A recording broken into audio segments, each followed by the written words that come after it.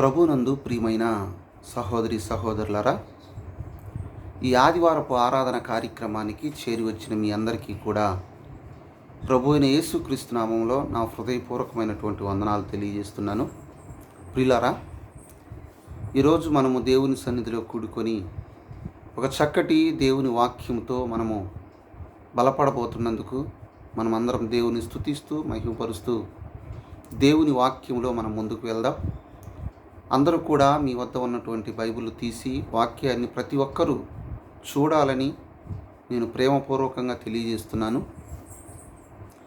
పేతురు రాసినటువంటి 2వ పత్రిక 1వ అధ్యాయము 5వ వచనంలో ఒక వాక్య భాగాన్ని చదువుకొని వాక్య ధ్యానంలోనికి వెళదాం. మనమందరం దయచేసి చూడండి, ఆ వాక్య భాగాన్ని అందరం చదువుకుందాం. పేతురు రాసినటువంటి 2వ పత్రిక 1వ అధ్యాయము 5వ వచనము నుండి చదువుకుందాం. ఆ హేతువు చేతనే మీ మట్టుకు మీరు పూర్ణ జాగ్రత్త గలవారై మీ విశ్వాసమునందు సద్గుణమును, సద్గుణమునందు జ్ఞానమును, జ్ఞానమునందు ఆశానిగ్రహమును, ఆశానిగ్రహమునందు సహనమును, సహనమునందు భక్తిని, భక్తియందు సహోదర ప్రేమను, సహోదర ప్రేమయందు దయను అమర్చుకొనుడి. ప్రియులారా, పేతురు గారు సంఘానికి సంఘక్షేమం తెలియజేస్తూ భక్తి జీవితాన్ని ఎలా కాపాడుకోవాలో తెలియపరుస్తూ ఒకదానికి ఒకటి ఎలా ముడిపడి ఉన్నాయో తెలియజెప్తూ ఆ హేతువు చేతనే మీ మట్టుకు మీరు పూర్ణ జాగ్రత్త గలవారై ఉండి, భక్తి విషయంలో మనం చాలా జాగ్రత్తగా ఉండాలి.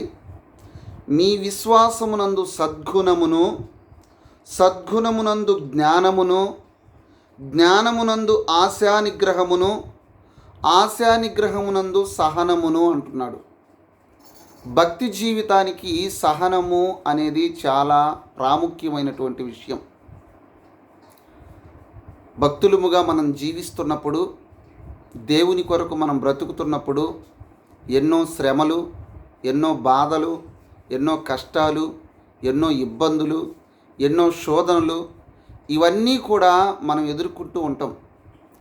వీటన్నిటికీ కూడా మనకు కావలసినటువంటి ఒక మంచి లక్షణం ఏంటంటే సహనము లేదా ఓర్పు. బైబిల్ గ్రంథంలో కూడా సహనము, ఓర్పు అనేది చాలా చోట్ల ప్రస్తావించబడుతుంది. సహనంగా లేకపోతే, మనము ఓర్చుకొని జీవించలేకపోతే మనము భక్తి జీవితంలో అంతమూరుకు ముందుకు సాగలేం. ఈ భక్తి జీవితం అనేది ఒక రోజుకు సంబంధించింది కాదు, ఒక వారానికి సంబంధించింది కాదు, ఒక నెలకు సంబంధించింది కాదు, ఒక సంవత్సరానికి సంబంధించింది కాదు. వాక్యం మనకు తెలియజేస్తుంది, అంతము వరకు సహించిన వాడే రక్షింపబడును అని వాక్యం తెలియపరుస్తుంది. ప్రియమైన దేవుని వారలారా, చదువుకున్న లేఖన భాగాన్ని కనుక మనం ఆలోచించగలిగితే మన జీవితంలో సహనము అనేది ఎంత ప్రాముఖ్యమైనదో మనకు అర్థం కావాలి. ప్రతి మనిషి జీవితంలో సహనము అనేటువంటి ఒక మంచి లక్షణాన్ని మనం కలిగి ఉండాలి.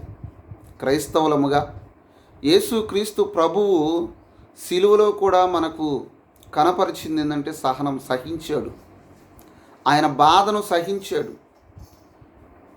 ఆయన దూషించే వాళ్ళను సహించాడు, ఆయన్ను విమర్శించే వాళ్ళను సహించాడు, ఆయన మీద చెడ్డ మాటలు పలుకుతున్న వారిని క్షమించాడు, సహించాడు. ఈ మాటలను కనుక మనం ఆలోచించగలిగితే ఎంతో ఉన్నతమైనటువంటి మాటలు దేవుడు మన కొరకు రాయించాడు, మన జీవితాన్ని ఒక క్రమమైనటువంటి మార్గంలో నడిపించుకోవడానికి. మన జీవితాలలో సహనం అనేది ఎంత ప్రాముఖ్యమైందో తెలియపరుస్తూ ఫిలిప్పీలకు రాసిన పత్రిక 4వ అధ్యాయము 5వ వచనంలో ఒక చక్కటి మాటను సంఘానికి భక్తుడైనటువంటి పౌలు గారు తెలియజేస్తున్నారు. చూడండి, ఆ మాట చదువుకుందాం. ఫిలిప్పీలకు రాసినటువంటి పత్రిక 4వ అధ్యాయము, ఫిలిప్పీలకు రాసినటువంటి పత్రిక 4వ అధ్యాయము 5వ వచనము.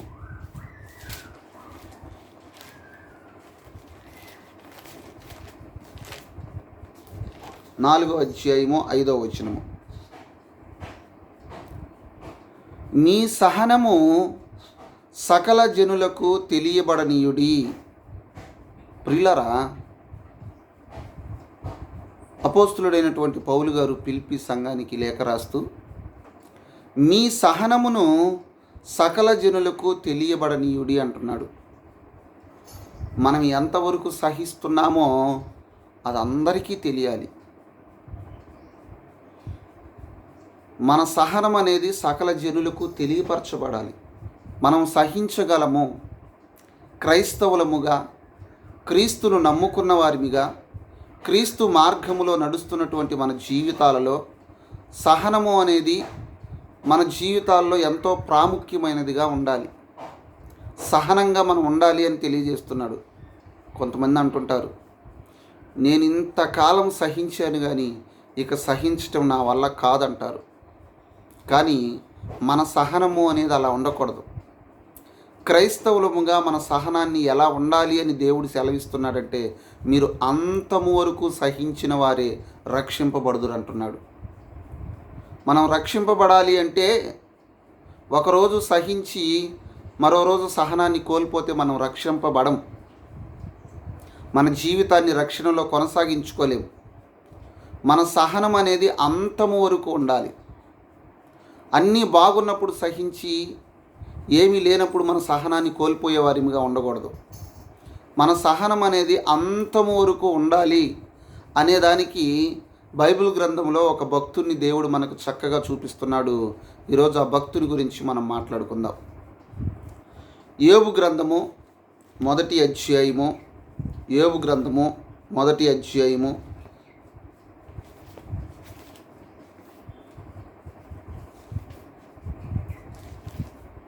చక్కగా మొదటి మాటలో ఆయన గురించి దేవుడు ఎంత చక్కగా రాయించాడో చూద్దాం. యోబు గ్రంథము 1వ అధ్యాయము 1వ వచనము. ఊజు దేశమునందు యోబు అను ఒక మనుషుడుండును. అతడు యథార్థవర్తనుడును న్యాయవంతుడునయ్యు దేవుని యందు భయభక్తులు కలిగి చెడుతనమును విసర్జించినవాడు. యోబు గురించి దేవుడిచ్చినటువంటి గొప్ప సాక్ష్యం ఇది. యోబు ఎలాంటి వాడని దేవుడు సెలవిస్తున్నాడంటే, ఊజు దేశమునందు యోబు అను ఒక మనుషుడుండెను. అతడు యథార్థవంతుడు. మోసం చేసేవాడు కాదు, ఎవరిది దోచుకోవాలని వాడు కాదు, ఎవరిది దొంగిలించేవాడు కాదు.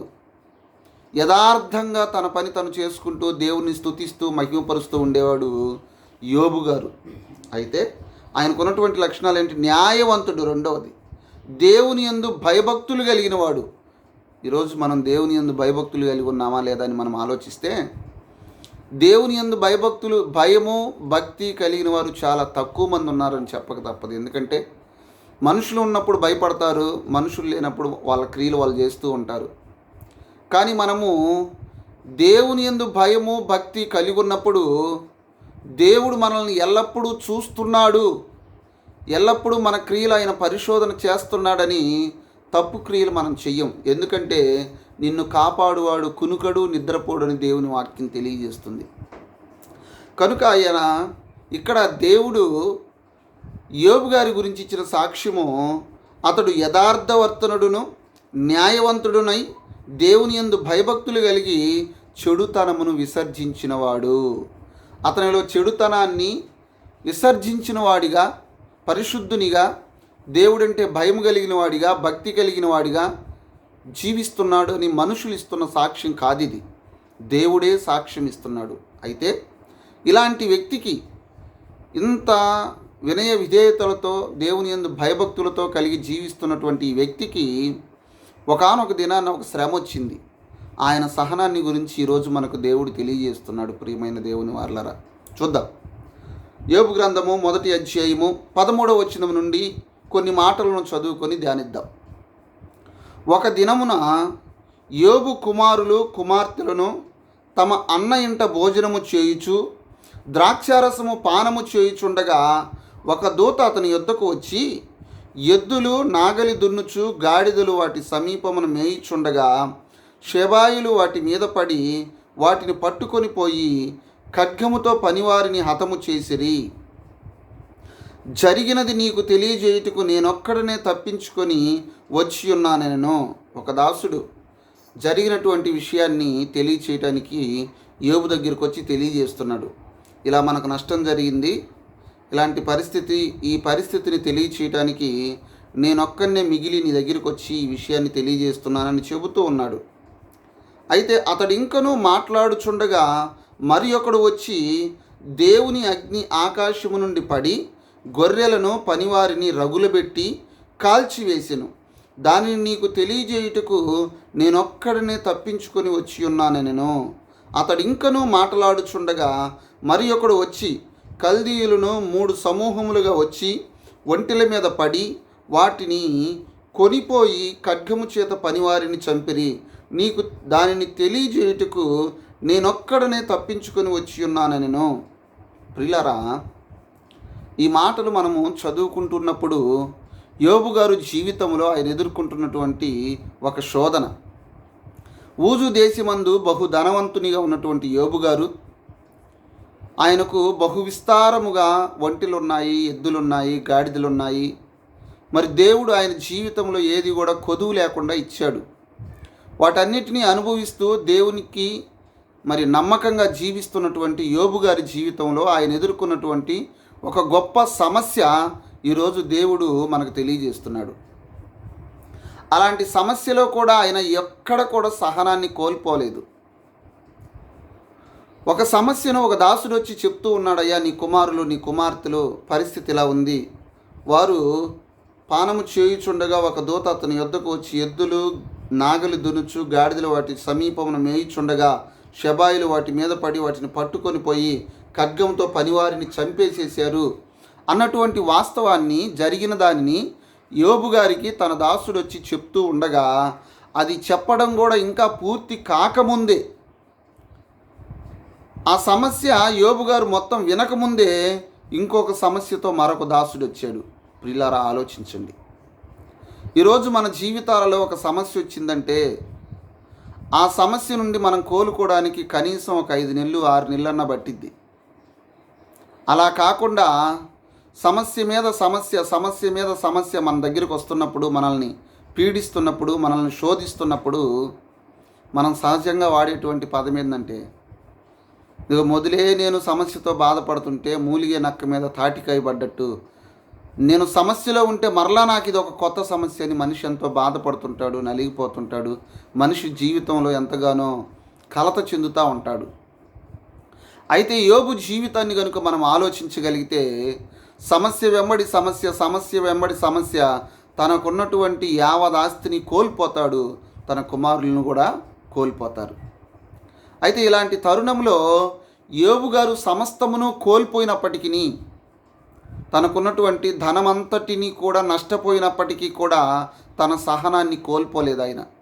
ఆయన అంటున్నాడు, దేవుడే ఇచ్చును, దేవుడే తీసుకున్నాడు, దేవుని నామానికి మహిమ కలుగును గాక అని ఎంత చక్కగా ఆయన సమాధానం ఇస్తున్నాడో మనం ఆలోచించగలిగితే 21వ వచనం, యోబు గ్రంథము 1వ అధ్యాయము 21వ వచనంలో ఒక చక్కటి మాటను మనకు తెలియజేస్తున్నాడు. నేను నా తల్లి గర్భంలో నుండి దిగంబరినై వచ్చి తిని, దిగంబరినై అక్కడికి తిరిగి వెళ్ళేదను. యెహోవా ఇచ్చెను, యెహోవా తీసుకొని పోయిను, యెహోవా నామమునకు స్తుతి కలుగునుగాక. ఈ సంగతులలో ఏ విషయమునందు యోబు పాపము చేయలేదు, దేవుడు అన్యాయము చేసినని చెప్పలేదు. ప్రియులారా, ఆలోచించాలి. మనము మన జీవితాలలో ఒక చిన్న సమస్య వచ్చిన వెంటనే, ఒక బాధ వచ్చిన వెంటనే, ఏంటి నా జీవితం ఇలా అయిపోయింది, నాకేంటి దేవుడు ఇలా చేశాడు, నాకే చేశాడేంటి, ఇలాంటి పదాలు మనం ఉపయోగిస్తూ ఉంటాం. కానీ యోబు గారు ఎక్కడ కూడా దేవుణ్ణి దూషించలేదు. ఆయన దేవుడిచ్చాడు, దేవుడే తీసుకున్నాడు, దేవుని నామానికి మహిమ కలుగునుగా. కానీ నష్టపోయినప్పుడు కూడా దేవుణ్ణి మహిమపరుస్తున్నాడు యోబు గారు. అది యోబు యొక్క సహనం.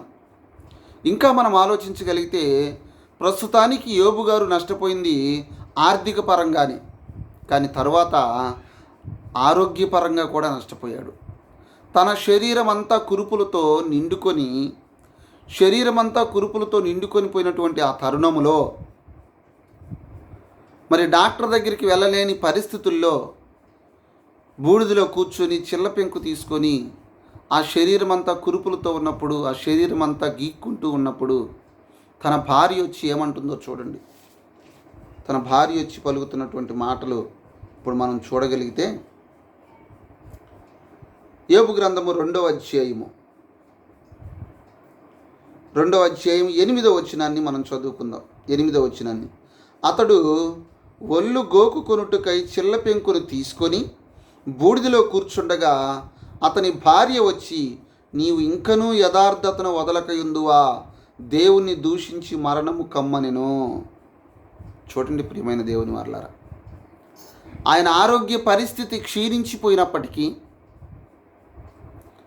ఆయన పరిస్థితి ఆందోళనంగా మారినప్పటికీ, ఆయన బూడిదలో కూర్చొని చిల్ల పెంకు తీసుకొని తన శరీరాన్ని గీక్కుంటున్నప్పటికీ తన భార్య వచ్చి పలుకుతున్నటువంటి మాటలు ఏమంటుంది? నీవు ఇంకను యథార్థతను వదలకయుందువా. ఇంకను చనిపోయే స్టేజ్లో కూడా ఆయన అంతమూరుకు తన సహనాన్ని కోల్పోలేదు. ఆయన ఎక్కడ కూడా సహనాన్ని కోల్పోలేదు, యథార్థతను కోల్పోలేదు, దేవుని యందు భయాన్ని భక్తిని కోల్పోలేదు, దేవుని యందు భయభక్తులు కలిగిన వాడు ఆయన. నీవు ఇంకనూ యథార్థతను వదలకయుందువా, దేవుణ్ణి దూషించి మరణమైపో. దేవుడు నీకు ఏ న్యాయం చేయలేదు ఈ విషయంలో. సమస్తము పొయ్యాయి, నువ్వు దేవునిలో నమ్మకంగా ఉన్నావు, అయినా నువ్వు సమస్తాన్ని కోల్పోయావు, దేవుణ్ణి దూషించి మరణమైపో అంటుంది భార్య. అయితే ఆ సమయంలో కూడా యోబు గారు ఎంత సహనంగా సమాధానమిస్తున్నాడో చూడండి. అందుకతడు, మూర్ఖురాలు మాట్లాడునట్లు నీవు మాట్లాడుచున్నావు, మనము దేవుని వలన మేలు అనుభవించుదుమా, కీడును మనము అనుభవింప తగదా అనెను. ఈ సంగతులలో ఏ విషయమందు యోబు నోటి మాటతోనైనను పాపము చేయలేదు. ప్రియులారా, ఆలోచించాలి. ఒక చిన్న కష్టం వచ్చినప్పుడు, బాధ వచ్చినప్పుడు, శ్రమ వచ్చినప్పుడు, శోధన వచ్చినప్పుడు వెంటనే మనం ఆవేశపడి మాట్లాడకూడని మాటలు మాట్లాడుతూ ఉంటాం. మనం ఏవి మాట్లాడకూడదో అవి మాట్లాడుతూ ఉంటాం, ఏవి అనకూడదో అవి అంటూ ఉంటాం, ఏవి పలకకూడదో అవి పలుకుతూ ఉంటాం. కష్టం వచ్చినప్పుడు, బాధ వచ్చినప్పుడు, కోపం వచ్చినప్పుడు అలా మాట్లాడుతూ ఉంటాం. కానీ యోబు యొక్క సహనం మనం ఈరోజు కానీ గమనించగలిగితే, ఆస్తి నష్టపోయాడు, ఆరోగ్యం నష్టపోయాడు, సమస్తాన్ని పోగొట్టుకున్నాడు, అయినా కూడా ఆయన దేవునిని మాత్రం విడిచిపెట్టలేదు. సమస్తం మన జీవితాలలో ఏమైనా పోవచ్చేమో, కానీ మన జీవితాలలో నుండి దేవుడు పోకూడదు. ప్రియులారా, దేవునికి మనం దూరం కాకూడదు. ఆస్తికి దూరం అయిపోయినా, అంతస్తులకు దూరం అయిపోయినా, ఏటికి దూరం అయిపోయినా మన జీవితాల్లో నష్టం లేదు, కానీ దేవునికి దూరం అయిపోతే నష్టపోతాం. మనం సహనాన్ని కోల్పోయే వారిగా మనం ఉండకూడదు. యేసుక్రీస్తు ప్రభు కల్వరి సిలువలో కూడా మనకు కనపరిచినటువంటి సహనాన్ని కనుక మనం ఆలోచిస్తే, కల్వరి సిలువలో ఆయన చూపిన సహనాన్ని మనము ఒక్కసారి చదువుకుందాం. హెబ్రీయులకు రాసిన పత్రిక 12వ అధ్యాయము, హెబ్రీయులకు రాసిన పత్రిక 12వ అధ్యాయాన్ని మనం చదువుకొని వాక్యాన్ని ధ్యానం చేద్దాం. చదవండి.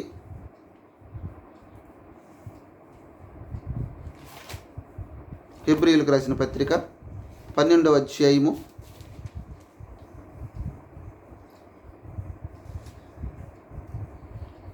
2వ వచనము, మనము కూడా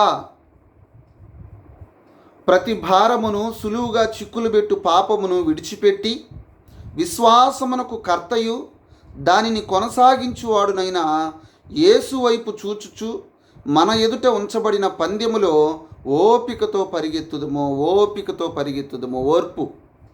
ఓర్పు సహనం ఓపికతో పరిగెత్తెదము. ఆయన తన ఎదుట ఉంచబడిన ఆనందము కొరకై అవమానమును నిర్లక్ష్యపెట్టి సిలువను సహించి, సిలువ అనగానే శ్రమను, కష్టం, బాధ, సిలువను సహించి దేవుని సింహాసనము యొక్క కుడి పార్శ్వమున ఆసీనుడై ఉన్నాడు. సిలువను ఎలా సహించాడు ఆయన? ఆయన్ను చూడమంటున్నాడు దేవుడు మనల్ని. ఎవరిని చూడాలంట? మనము విశ్వాసమునకు కర్తయు దానిని కొనసాగించువాడునైనా యేసు వైపు చూచుచు మన ఎదుట ఉంచబడిన పందెములో ఓపికతో పరిగెత్తుదము. మన ఎదుట ఉంచబడిన పందెములో ఓపికతో మనం పరిగెత్తాలంటే, ఆ ఓపిక ఆ సహనం మనకు రావాలంటే మనం యేసుక్రీస్తు ప్రభువును చూడాలి. చూద్దాం. మత్తయి సువార్త 27వ అధ్యాయము 27వ వచనం చూడండి. మత్తయి సువార్త 27వ అధ్యాయము 27వ వచనము. యేసుక్రీస్తు ప్రభువును, విశ్వాసమునకు కర్తను, ఆయనను మనం మాదిరిగా పెట్టుకుని ఆయన చూడమంటున్నాడు దేవుడు. మత్తయి సువార్త 27వ అధ్యాయము 27వ వచనము. 27వ అధ్యాయం 27వ వచనం. అప్పుడు అధిపతి యొక్క సైనికులు యేసును అధికార మందిరంలోనికి తీసుకొని పోయి ఆయన యొద్ద సైనికులను అందరినీ సమకూర్చిరి. వారు ఆయన వస్త్రములు తీసివేసి ఆయనకు ఎర్రని అంగి తొడిగించి ముళ్ళ కిరీటమును అల్లి ఆయన తలకు పెట్టి ఒక రెల్లు ఆయన కుడి చేతిలో ఉంచి ఆయన ఎదుట మోకాళ్ళుని ఆయనకు, రాజా నీకు శుభము అని చెప్పి ఆయన్ను అపహసించి ఆయన మీద ఉమ్ము వేసి ఆ రెల్లును తీసుకొని దానితో ఆయన తల మీద కొట్టిరి. ప్రియులారా, ఆయనను అపహసించిన తరువాత ఆయన మీదనున్న అంగీని తీసివేసి ఆయన వస్త్రములు ఆయనకు తొడిగించి సిలువ వేయుటకు ఆయన్ను తీసుకొని పోయిరి. ఆయనను ఎలా హింసించారో తెలుసా? నెత్తి మీద ముళ్ళ కిరీటం పెట్టి ఆయన్ని హింసించారు. ప్రక్కలో బల్లెపు పోటు పెట్టి ఆయన్ని హింసించారు. మోకాళ్ళుని ఆయన ఎదుట, రాజా నీకు శుభమని చెప్పి ఆయన్ను అపహసించిరి. సిలువ మీద యేసుక్రీస్తు ప్రభువు ఎంతగానో సహించినట్లుగా వాక్య భాగంలో మనం చదువుకుంటున్నాం. ఆయన ఎంతగా సహించాడంటే, సిలువను సహించి అరిచేతులలో మేకులు కొట్టాడు, అరికాళ్ళలో మేకులు కొట్టారు, ప్రక్కలో బల్లెపు పోటు, నెత్తి మీద ముళ్ళ కిరీటం, ఆయన ఎదుట మోకాల్లోని ఆయన్ను అపహసిస్తున్నారు. యూదులు, రాజా నీకు శుభమని చెప్పి ఆయన్ను కొట్టింది ఎవరో చెప్పమని అపహాసంగా మాట్లాడుతున్నారు. ముఖం మీద ఉమ్మి వేస్తున్నారు. ఎన్నో అవమానకరమైనటువంటి మాటలు మాట్లాడుతున్నారు.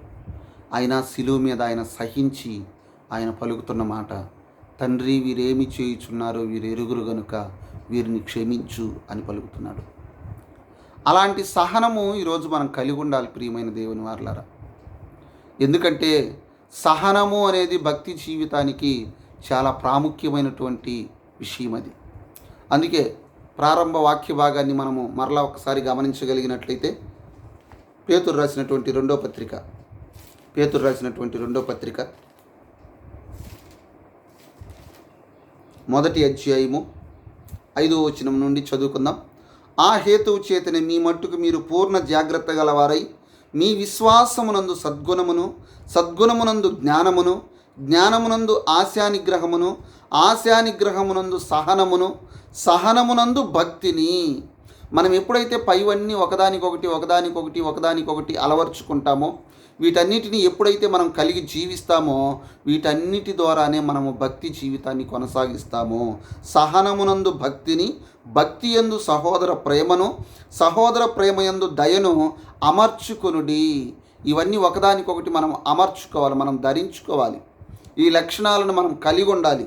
కలిగి ఉంటే ఏం జరుగుతుందంటే, ఇవి మీకు కలిగి విస్తరించిన ఎడల అవి మన ప్రభు అయిన యేసుక్రీస్తును గూర్చిన అనుభవ జ్ఞాన విషయములో మిమ్మును సోమరులైనను నిష్ఫలులైనను కాకుండా చేయును. ఇవి ఎవనికి లేకపోవును వాడు తన పూర్వ పాపములు శుద్ధి కలిగిన సంగతి మర్చిపోయి గ్రుడ్డివాడును దూరదృష్టి లేనివాడునగును. కనుక ఇవి మనం లేకపోతే, ఇవన్నీ మనం కలిగి లేకపోతే మన జీవితం ఎలా అయిపోద్దంటే దేవునికి దూరం అయిపోతాము. వీటన్నిటిని మనం కలిగి ఉన్నప్పుడే మన భక్తి జీవితాన్ని మనము అభివృద్ధి పరుచుకున్న వారం అవుతాం. కనుక ప్రియమైన దేవుని వారలారా, ఈరోజు తెలియజేస్తున్నటువంటి సందర్భం ఏంటంటే, క్రైస్తవ జీవితంలో ఓర్పు, సహనం అనేది చాలా ముఖ్యమైనటువంటి లక్షణాలు. కనుక ప్రతి వ్యక్తి జీవితంలో ఈ ఓర్పు, సహనం అనేది మనకు తప్పనిసరిగా ఉండాలి. ఒక యోబు జీవితంలో ఎలాగైతే ఓర్పు కలిగి ఉన్నాడో అంతము వరకు సహించిన వాడే రక్షింపబడతాడు. ఒకరోజు సహిస్తేనో, ఒక వారం సహిస్తేనో, ఒక నెల సహిస్తేనో, నేను ఒక సంవత్సరం అంతా సహించానండి అంటే మనకు సరిపోదు. మనం ఎంతవరకు సహించాలని దేవుని వాక్యం సెలవిస్తుందంటే, అంతము వరకు సహించిన వాడే రక్షింపబడును. అంతము వరకు అంటే మనం ఈ జీవితాంతం సహిస్తూనే ఉండాలి. కష్టమైన, బాధైన, ఇబ్బందైన, ఇరుకులైన, ఎలాంటి పరిస్థితులనైనా సహిస్తూ మన భక్తి జీవితాన్ని మనం కాపాడుకుంటూ దేవునికి నమ్మకంగా మనం ఎప్పుడైతే జీవిస్తామో అప్పుడే మనకు దేవుడు పరలోకాన్ని ఇస్తాడు. మన సహనాన్ని కోల్పోతే, మనం ఓర్పును కోల్పోతే, మన జీవితం అంతవరకు చక్కగా దేవునిలో నడిపించుకున్నదైనా మన సహనాన్ని కోల్పోయిన తర్వాత మనం నిత్య నరకానికి జారిపోతాం. కనుక మన జీవితాలలో సహనము, ఓర్పు అనేది భక్తి జీవితానికి చాలా ప్రాముఖ్యమైన విషయం. కాబట్టి మీలో ఎవరు కూడా సహనాన్ని కోల్పోకుండా మీ సహనాన్ని సకల జనులకు తెలియజేస్తూ అంతము వరకు సహిస్తూ దేవుని సన్నిధిలో నమ్మకంగా జీవించాలని మనస్ఫూర్తిగా నేను కోరుకుంటున్నాను. ప్రార్థన చేసుకుందాం. మహాపరిశుద్ధుడా, ప్రేమ కలిగిన మా తండ్రి, పరిశుద్ధమైన మీ నామానికి స్తోత్రాలు చెల్లిస్తున్నాం. ఈ ఆదివారపు ఆరాధన కార్యక్రమంలో ఇంతవరకు చక్కగా మిమ్మల్ని స్తుతించాం, మహిమపరిచాం, మీ వాక్యాన్ని ధ్యానించుకున్నాం తండ్రి. నిజంగా సహనం అనేది మా జీవితాలలో భక్తి జీవితానికి ఎంత ప్రాముఖ్యమైన విషయమో ఈరోజు మాకు తెలియపరిచినందుకు మీకు స్తోత్రాలు. మీ ప్రియమైనటువంటి పిల్లలందరూ కూడా నాయన ఈ మాటలు వింటున్న ప్రతి బిడ్డను మీరు జ్ఞాపకం చేసుకోనండి. సహనం అనేది లేకపోతే క్రైస్తవ జీవితానికి అర్థం లేదని, సహనంగా ఉండకపోతే మా